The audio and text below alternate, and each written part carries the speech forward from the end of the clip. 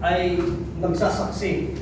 Tayo, ang Allah subhanahu wa ta'ala at ang mga anghel na si kapatid ay papasok sa Islam. Sasambahin niya ang Allah subhanahu wa ta'ala na nag-iisa. Paniwalaan niya ang Propeta Muhammad na pinakahuling sugo na pinadala ng Allah.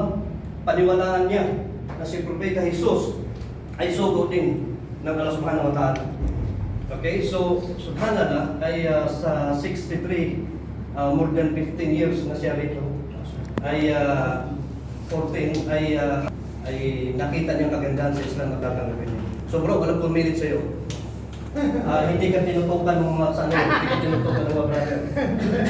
Alhamdulillah. Babata ka rin dito pag alhamdulillah tayo.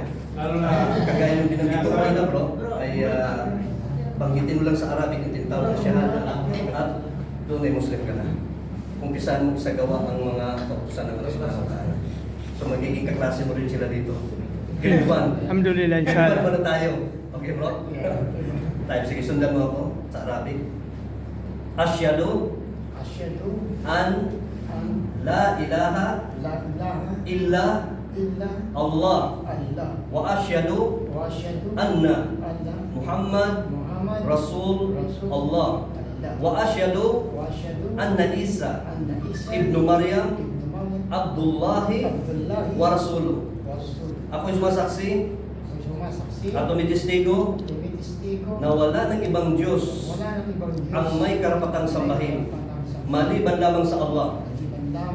At ako rin sumasaksi na si Muhammad huling sugo, propeta ng Allah. At ako rin sumasaksi na si Jesus, anak ni Birhen Maria, sugo, propeta ng Allah. Takbir! Allahu Akbar!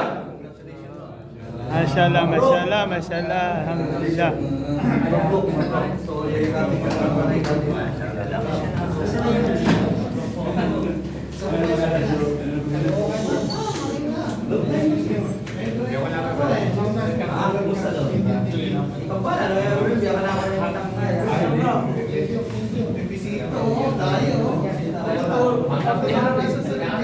Pero araw-araw na pupunta tayo dito, Gina, di ba?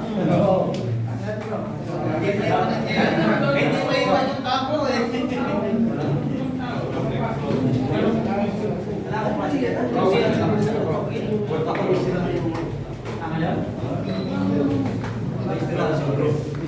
Isa na siya sa lugar.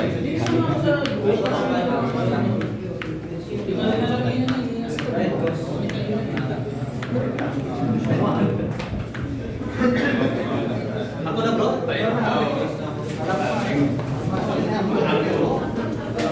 Congrats bro. Inshallah.